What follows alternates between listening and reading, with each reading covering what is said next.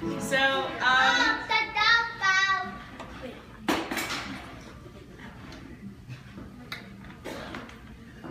today marks Shloshim, which is the 30 days since my dad passed away.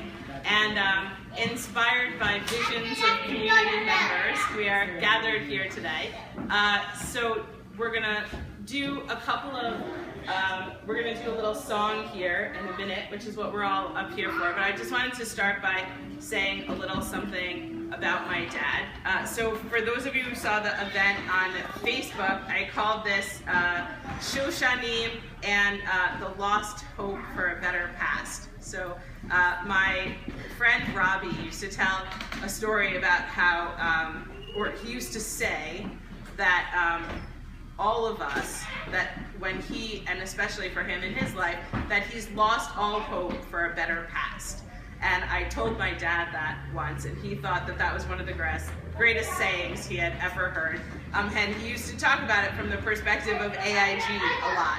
That as the CEO of AIG, that he has lost all hope for a better past. That AIG was what it was before him, and what happened with the government bailout happened, and that he's lost all hope for a better past. But here we are sort of in the future and moving forward.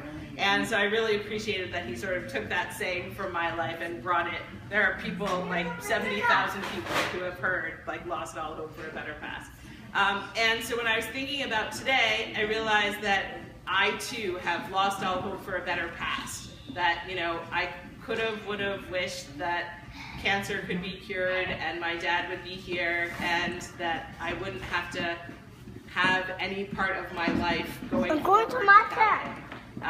But, you know, I've lost that hope and I don't have that anymore. But what I do have is the possibility to go forward in my own life.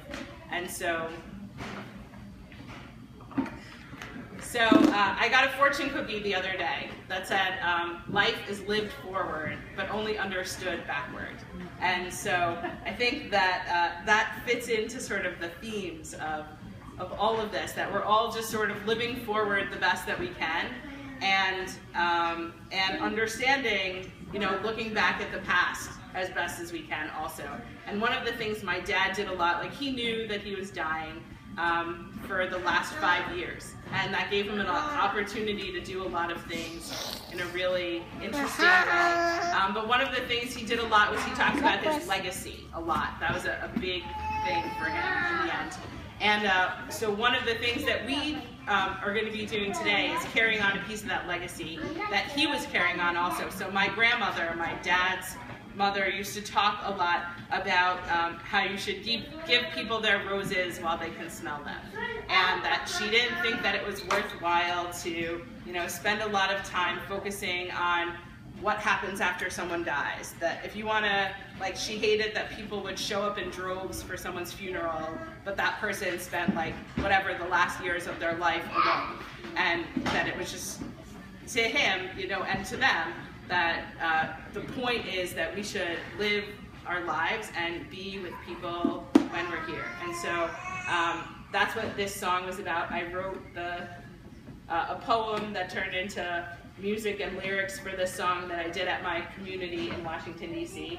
And one of my most, like, heartwarming moments was when we were in the car one day, and Ellie and Eliashu were singing it in the back seat. Like, they just sort of, like, the song in their heads, they were singing along to.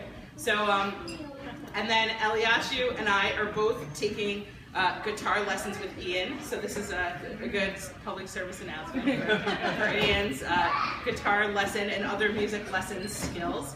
And so he has been helping us both and with our skills of being able to publicly perform. So this is our little recital for Eliashu and me to be here in public and playing for both of you. But we both learned this song with Ian to the degree that we are able. And Ian's playing along with us to the degree that we are not quite able to perform.